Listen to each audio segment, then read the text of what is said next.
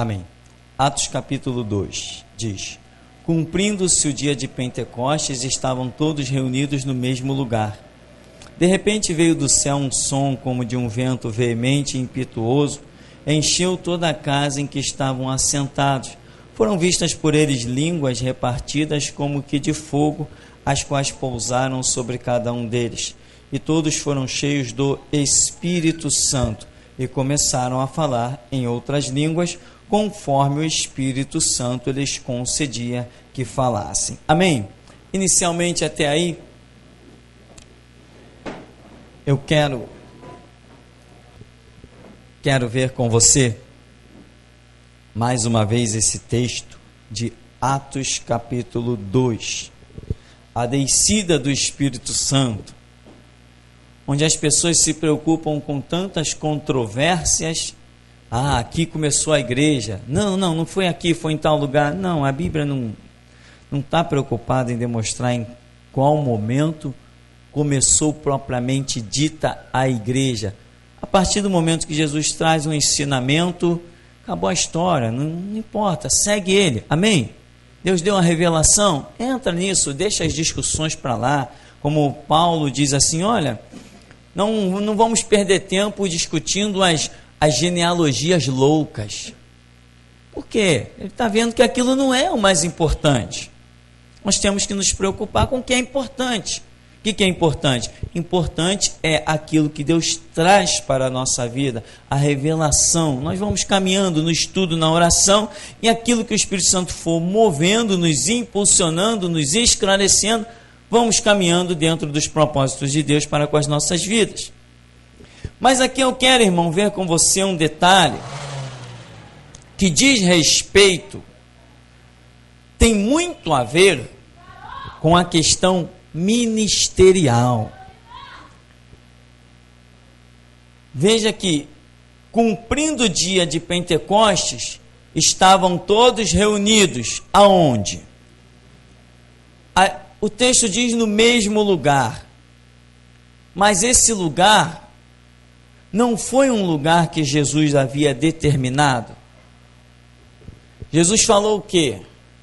Olha, recebereis a promessa do meu Pai, a virtude do Espírito Santo que há de vir sobre vós, sereis minhas testemunhas, mas ficai em Jerusalém. Até quando? Até que do alto sejais revestidos de poder. E nós vemos que isso acontece aqui, nesses dias em que está se cumprindo a festa de Pentecostes. Veja bem então, primeiro ponto, os discípulos estão aonde? Estão no centro da vontade de Deus. Eles foram exatamente para o lugar que Jesus havia dito, aonde a promessa se cumpriria. Ou seja, quando estamos fora daquele ponto que Jesus determinou, as suas promessas não se cumprem. Isso tem a ver com muitas coisas. Se a pessoa está fora do ministério que Deus quer para ela, se a pessoa está, isso tem a ver. Veja bem, quando Jesus disse assim: ficai em Jerusalém. Ficar em Jerusalém é um referencial físico ou espiritual? Jerusalém é física, uma cidade delimitada fisicamente. Tanto que teve dois que tomaram o caminho de Emaús. Jesus foi lá e disse: não, caminho errado. Amém? Jesus se manifestou de modo que eles entendessem que deveriam retornar para Jerusalém. Então Jesus falou: ficar em Jerusalém. Jerusalém é um aspecto físico. Ou seja, irmão, para que Deus opere na sua vida, até no aspecto físico, geográfico, você tem que estar aonde Jesus quer que você esteja. Isso é uma palavra que muitos não aceitam. Não, eu sirvo a Deus da minha maneira, conversa fiada. Você vai ter que sentar no banquinho que Ele mandou. Você vai ter que ir para a igreja que Ele quer. Tem algumas pessoas que vêm para esse ministério aqui no começo, ouvem a rádio ou recebem um CD quando chega aqui. Constantemente isso acontece. Pastor, eu quero falar contigo. Amém, irmão. A gente puxa a cadeira, senta, fala. Aí a gente vê que Deus alcançou a pessoa de uma maneira tremenda para que ela pudesse sentar nesses bancos e receber o verdadeiro evangelho, entender a dispensação na qual estamos atravessando, entender 1000 coisas, mas ela começa a dar, como se diz na gíria, uma de Beto sem braço, né? Como que não entendeu muito bem e tal. A minha resposta é muito simples: irmão, ora, que Deus te mandar fazer, vai e faz. Mas já sabemos que aquela pessoa não vai a parte alguma, porque ela está ignorando o posicionamento físico. Nós somos seres espirituais. Mas só isso? Nós não somos também seres físicos? A ciência não está por aí operando pessoas? Fazendo transplante de órgãos? Então nós não somos só espirituais. Somos físicos.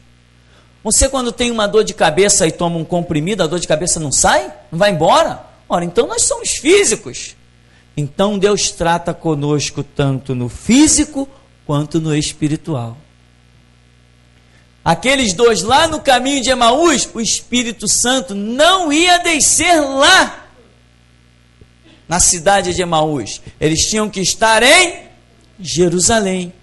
Amém, irmão? É a nossa luta. O centro da vontade de Deus na minha vida, ele não é só um posicionamento espiritual, ele é também um posicionamento físico.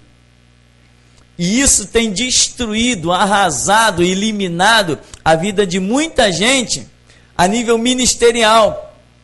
Tinha um camarada que, depois que ele viu que eu não respondia mais os e-mails dele, ele tomou um jeito, me esqueceu. O homem teve um sonho.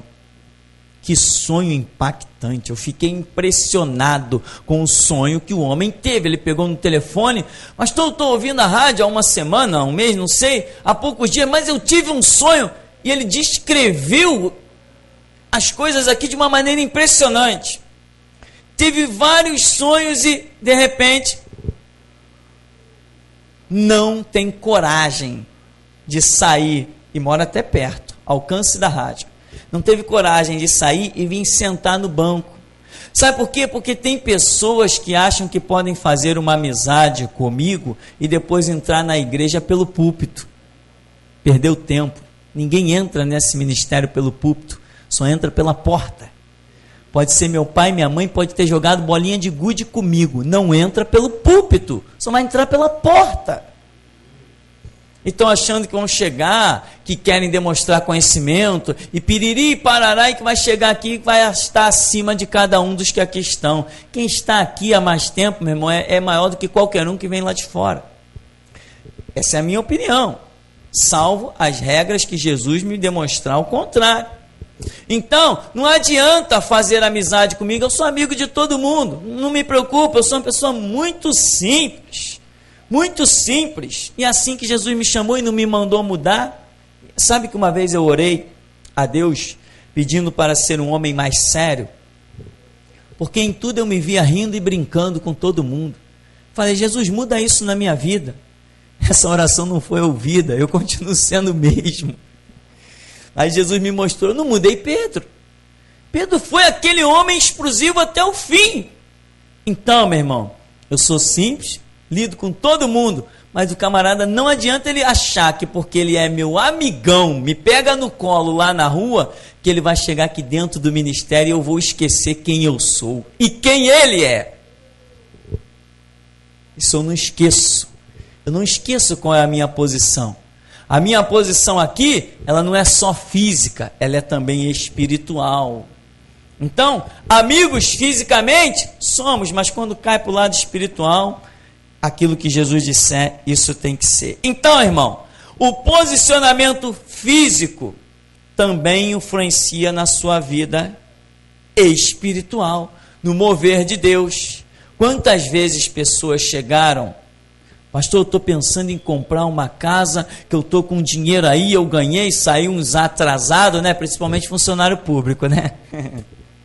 Funcionário público sempre tem atrasado para receber, o governozinho danado.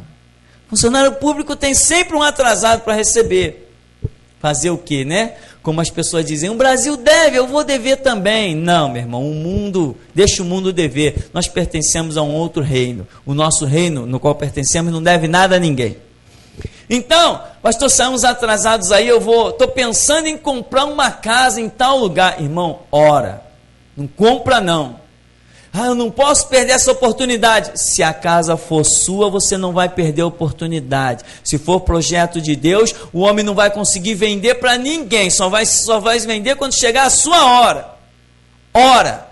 Aí no dia seguinte, puxa, pastor, eu orei, eu tive um sonho. Não quero aquela casa não. Entende, irmão?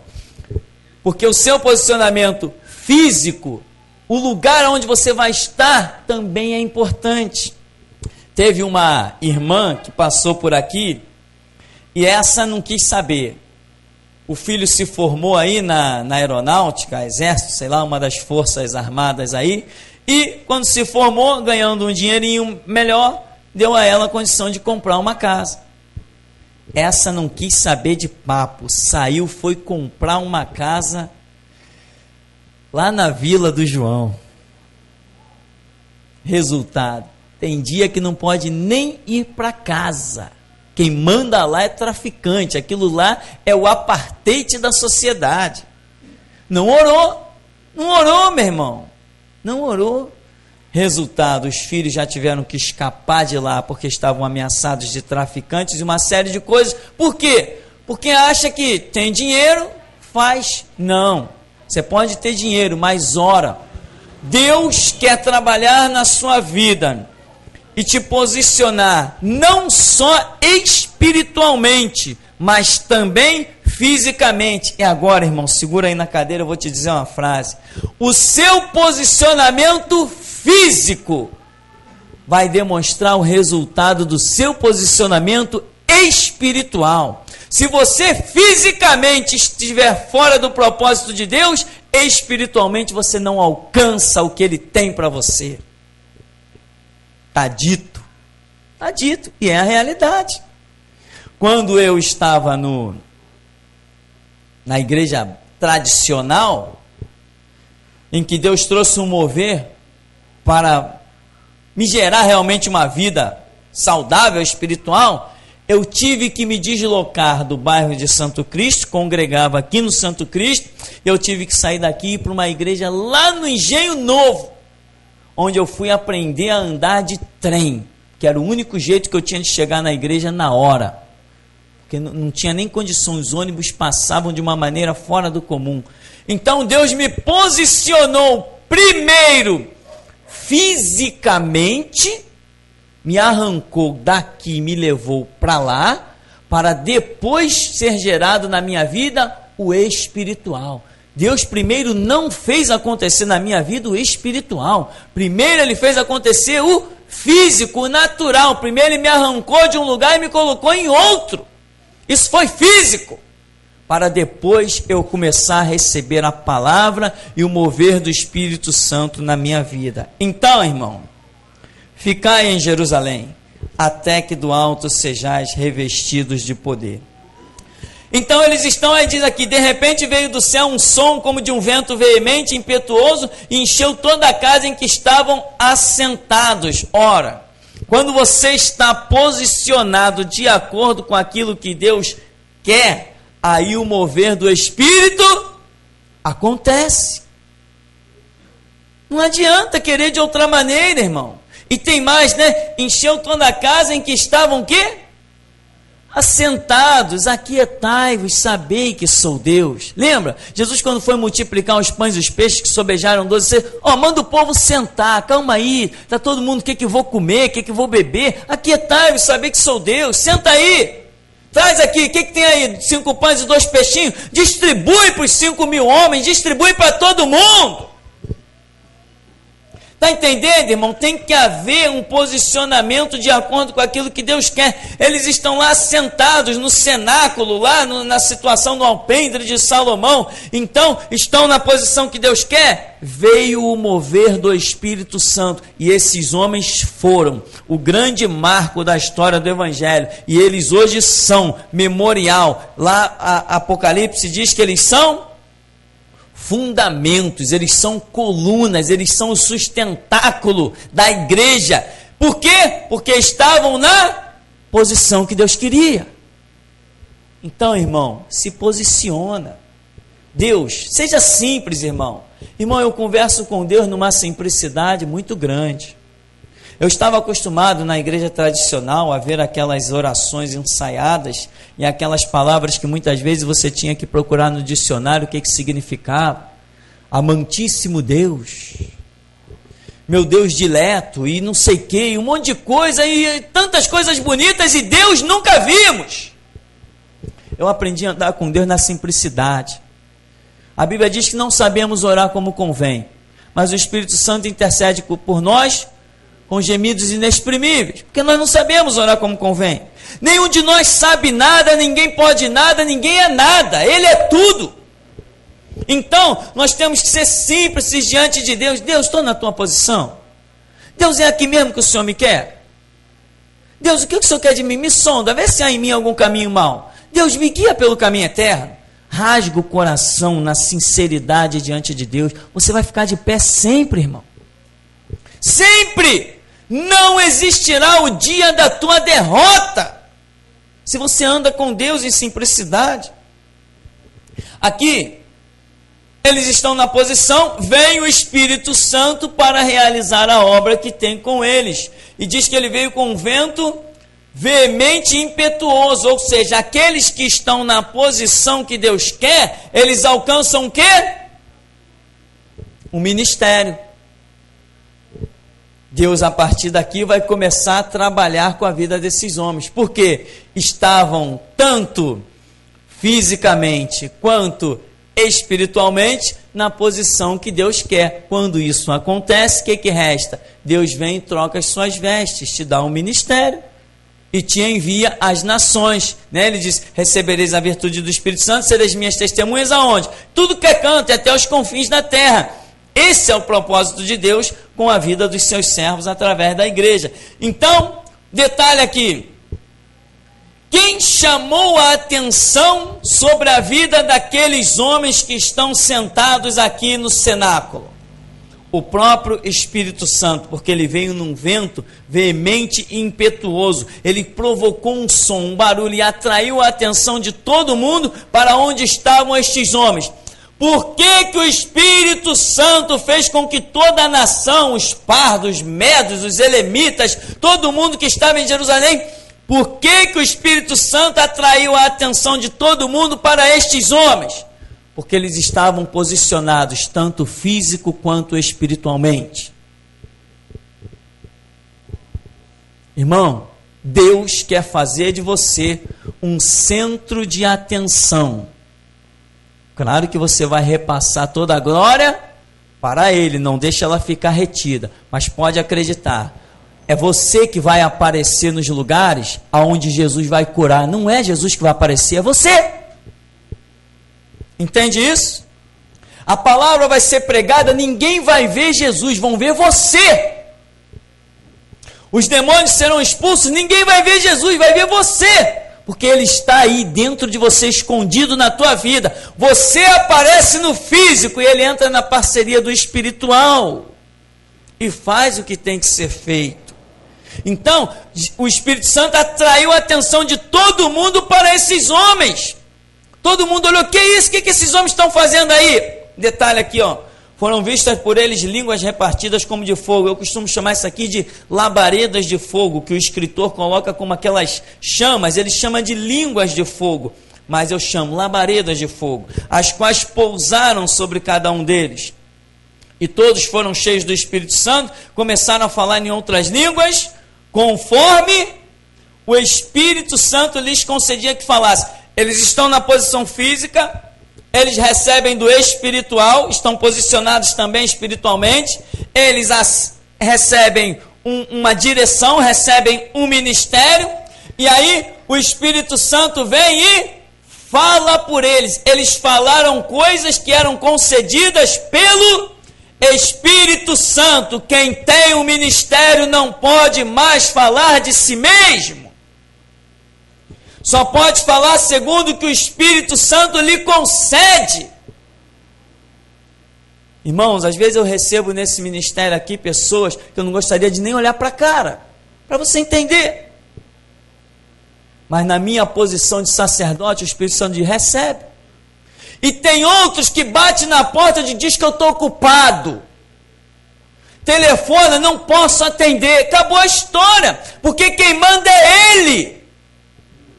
É Ele, entende aqui, ó? Eles falavam, começaram a falar e pregar em outras línguas. Nós vamos ver que essas outras línguas são outros idiomas, muito claro o texto, e diz que o Espírito Santo lhes concedia que falassem. Ou seja, o comportamento deles tinha que estar sujeito ao que o Espírito Santo queria. Eles abriam a boca, mas quem falava era o Espírito Santo. Eles tentavam falar, creio eu, grego ou hebraico, não sei, mas saiu o idioma daquelas nações. Então, você tem que estar totalmente sujeito. Quem tem um ministério não pode fazer acepção de pessoas por sua livre e espontânea vontade. Não pode. Se o Espírito Santo diz sim, é sim. Se o Espírito Santo diz não, é não. Mas é Ele que manda. Quem tem ministério já não é mais dono da sua vida. Não é mais dono, como se diz, do seu nariz. Quem tem ministério não pode dizer não vou com a cara daquela pessoa e vou com a cara dessa. Não pode. Não pode. Você tem que ir com a cara de todo mundo e ao mesmo tempo nem com a cara de ninguém. Você tem que ser imparcial. Né? Você já viu, você já deve ter passado por algumas igrejas e você já viu aqueles grupinhos, né, que existem na igreja totalmente fora da direção de Deus.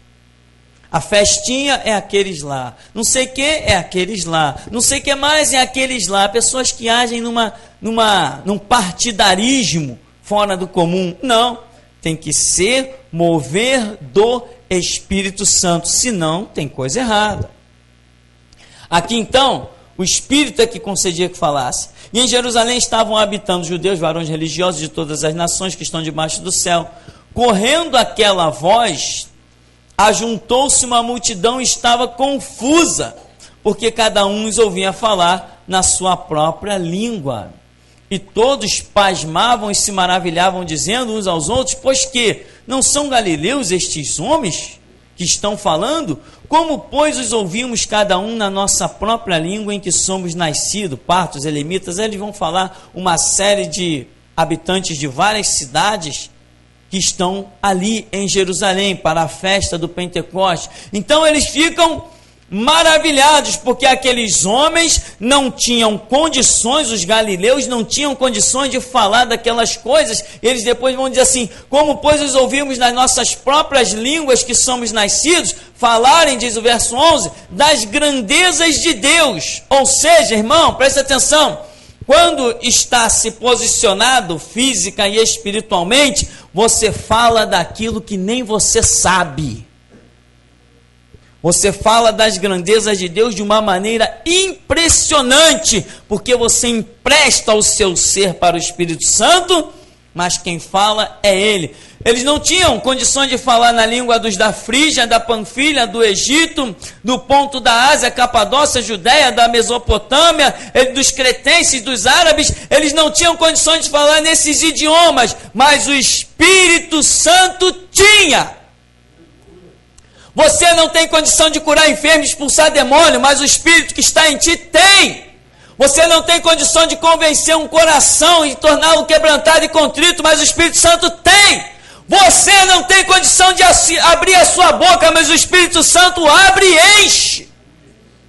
Você não tem condição de libertar os cativos e os oprimidos, mas o Espírito Santo tem. O Espírito do Senhor está sobre mim para isso, para libertar, para restaurar. Eu não posso, mas Ele pode. Mas eu tenho que estar posicionado fisicamente, para que Ele entre com o espiritual. Se eu não estiver posicionado fisicamente, o espiritual não funciona. Olha só, de novo, eu lembro que eu já falei isso aqui. Tem pessoas que têm perdido o seu posicionamento físico e não alcançarão mais o espiritual. Como? Aquela velha história. Estou precisando de dinheiro. Hoje é dia de culto. Ah, não, pintou uma dobra? Ah, não. Poxa, é 50 na mão, né? É 60 na mão, né? Você que já trabalhou aí nos ramos, sabe como é que é, né? Não, poxa, olha, se eu pegar essa dobra, são 100 reais na mão. Eu estou precisando desses 100 reais aí. Aí o Espírito Santo está dizendo assim, não, hoje eu quero tratar contigo lá, ó. Vai lá, fisicamente, eu quero ver o teu corpo lá dentro da igreja. Mas os 100 reais arrancam o cara de dentro da igreja. E aí depois ele olha para trás, daqui a 15 dias, 20 dias ele olha para trás, os 100 reais parece que nem entraram na vida dele. Parece que ele nunca botou a mão naqueles 100 reais. Então, irmão, atente para o posicionamento físico que Deus quer da sua vida. Não compra a casa que Deus não disse para você comprar. Não compra carro que Deus não disse para você comprar. Cuidado para onde você vai. Você é servo de Deus. Sempre que você for se dirigir a algum lugar, tem que ir. Não esqueça de consultar o teu Deus. Nos teus pensamentos ligados com Deus, procurar saber a direção de Deus. Pedir a bênção de Deus. Não te mete em negócio que Deus não disse que está nele. A sua posição física é importante. Já viu aquelas pessoas? Poxa, Deus me abençoou, eu virei um microempresário e agora eu quase não tenho tempo de ir para a igreja. Fecha a empresa e vai para a igreja. Esse é o conselho que eu dou.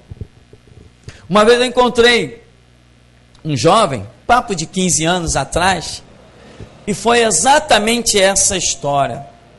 E aí, irmão, como é que tá? Tá firme lá, tá firme no trabalho? Tá... Poxa, irmão, estou um pouco sem tempo de ir na igreja, porque, poxa, Deus me abençoou nos negócios aí, eu estou até ganhando muito dinheiro.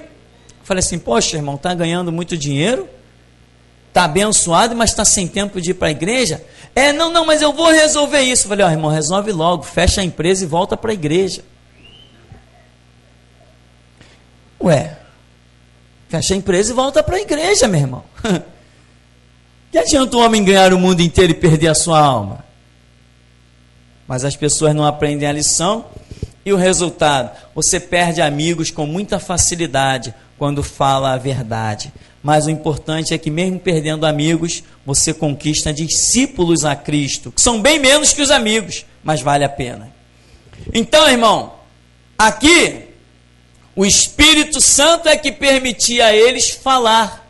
E como falar? Amém? Como é que Pedro ia, quando abriu a boca, ia dizer assim, não, agora eu vou falar árabe? Não. Como é que Tiago ia dizer assim, não, eu vou abrir a minha boca e vou falar em egípcio? Como é que o João ia dizer assim, não, eu vou falar no idioma dos da Frígia, da Panfilha, dos pardos, dos medos, dos elemitas? Como é que Mateus ia dizer assim, não, eu vou abrir a boca e eu vou falar nesse aqui, ô João, você fala nesse, eu falo naquele? Não, o Espírito Santo é um espírito de perfeição, de ordem, de decência. Todos abriram a boca, mas a voz foi perfeita, o idioma caiu em cada um de acordo com o que tinha propósito, e nem Pedro não sabia que estava falando em árabe, mas de repente está lá os árabes ajoelhados e dizendo, grande é o Senhor. E João não sabia que estava falando na linguagem dos da Panfilha, mas ele dizia assim, que isso? Deus é real! E Tiago não sabia que estava falando no idioma dos cretenses, mas de repente tinha cretenses chorando e dizendo, só o Senhor é Deus, o Deus de Israel é único. É isso que Deus quer fazer contigo, irmão. Andar no sobrenatural, falar das grandezas de Deus. Eis-me aqui, Senhor, para quê? Faça o que o Senhor quiser. Eis-me aqui para a cabeça na bandeja ou a espada de Herodes. Eis-me aqui, mas que, Senhor, seja feita a tua vontade. E a vontade de Deus é tremenda. Esses homens partiram da terra, mas deixaram um histórico de conversão inigualável. E não pode ser diferente conosco. Quando partirmos nessa terra, que olharmos para trás, vamos assim dizer, temos que ver marcas, pegadas de uma missão cumprida. Então, o Espírito Santo é que permitiu. E aqui diz, e todos se maravilhavam, no verso 12, e estavam suspensos, dizendo uns para os outros, que quer isso dizer? E outros faziam o quê? Zombando, diziam, estão cheios de vinho, estão cheios de mosto, estão bêbados. Estão bêbados. Irmão, você dá para entender que você não tem que buscar a aprovação de ninguém? Como diz aquele louvor, eu não preciso ser reconhecido por ninguém. Deus está operando de uma maneira sobrenatural. E o que estão dizendo? Os camaradas estão bêbados. Logo de manhã já encheram a cara. Quer dizer, devem ter passado a noite toda enchendo a cara. Agora, Pedro vai dizer que era que hora? Terceira hora do dia, ou seja, 9 horas da manhã. 9 horas da manhã já estão bêbados, caindo pelas tabelas e zombavam. Entende, irmão? Que por mais que você seja cheio do Espírito Santo, o ser cheio do Espírito Santo tanto salva uns quanto condena outros. Você não tem que esperar ser reconhecido por ninguém. Como esses apóstolos aqui, cheios do poder, uma operação inigualável, rara, sobrenatural, uma unção, um mover tremendo, e aparece uma turminha lá para dizer, os camaradas estão bêbados. Ou seja, também, quanto mais cheio do Espírito Santo, maiores também são as zombarias sobre a sua vida. Não zombaram de Jesus? Não escarneceram de Jesus? Não chamaram Jesus de endemoniado? E ele era alguém cheio do poder de Deus, da graça do Espírito. Aqui acontece a mesma coisa, pois ele mesmo disse, como o Pai me enviou, eu vos envio a vós. Então, meu irmão, não espere reconhecimento de ninguém.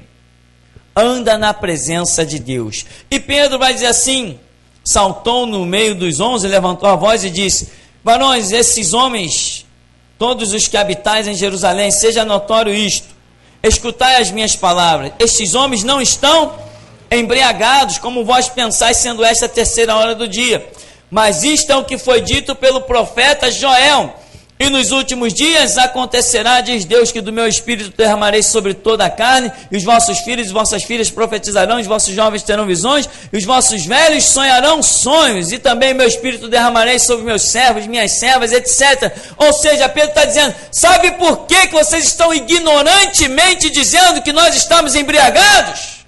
Porque vocês não conhecem a Escritura. Está entendendo isso, irmão? Está entendendo essa mensagem? Essa tem que ser traduzida pelo Espírito Santo na sua memória. Só Ele pode te dar um entendimento disso aí. Você, meu irmão, vai falar nesses últimos dias da grandeza de Deus. Você vai estar falando dos mistérios de Deus. E pessoas, por não conhecerem a Escritura, vão estar zombando, te ridicularizando, escarnecendo de você, dizendo que você é um radical, que você está fora, que você pensa errado, que você tem que mudar os teus pensamentos, a tua opinião, a tua concepção, que você tem que sair da igreja, que você tem que esquecer o pastor da tua igreja que é louco. Tudo isso é o que você vai ouvir se você for cheio do Espírito Santo. E aqui é o que está acontecendo. Pedro está dizendo, vocês estão criticando, mas olha, isso é o que foi dito pelo profeta Joel. Mas e daí? Eles não sabiam. Hoje nós estamos dizendo, é tempo de restauração. Eles não sabem. O que eles vão fazer? Vão zombar de nós, mas o resultado será alcançado dentro dos propósitos de Deus.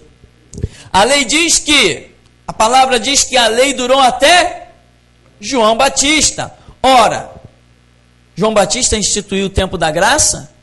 Não, mas alguns dizem que depois da lei veio a graça. Ora, mas a Bíblia diz que a lei durou até João. E se Cristo Jesus ainda não houvera sido oferecido como sacrifício, o tempo da graça então ainda não tinha sido instituído. Então, a lei vem até João, mas de João até a morte de Cristo tem um período. E ele tem que ter um nome. Então, entre a lei e a graça, temos João Batista, a restauração de Israel. Vai explicar isso para os pastores cegos que estão por aí, os renomados. Eles não viram isso na Escritura. Então você vai dizer assim, isso é o que está predito pela profecia bíblica. Eles vão dizer, que profecia? Vocês estão embriagados, vocês estão fora de si. Mas como esse ministério já aprendeu que não tem que ser reconhecido por ninguém, vamos andar na nossa embriaguez. Vamos andar naquilo que Deus nos tem mostrado. gloriosamente ensinado, porque brevemente as portas do céu vão se abrir e a nossa coroa, o nosso galardão será tremendo. Ninguém vai se igualar ao que nós temos, porque a Escritura mesmo diz que os últimos serão os primeiros, né? Então, meu irmão, guarde essa mensagem para concluirmos que o nosso reconhecimento não é buscado diante de homem algum. Nós lutamos para nos posicionar, suamos para nos posicionar, e quando estamos posicionados na obra do Senhor, cheios do Espírito, alguns dizem o quê?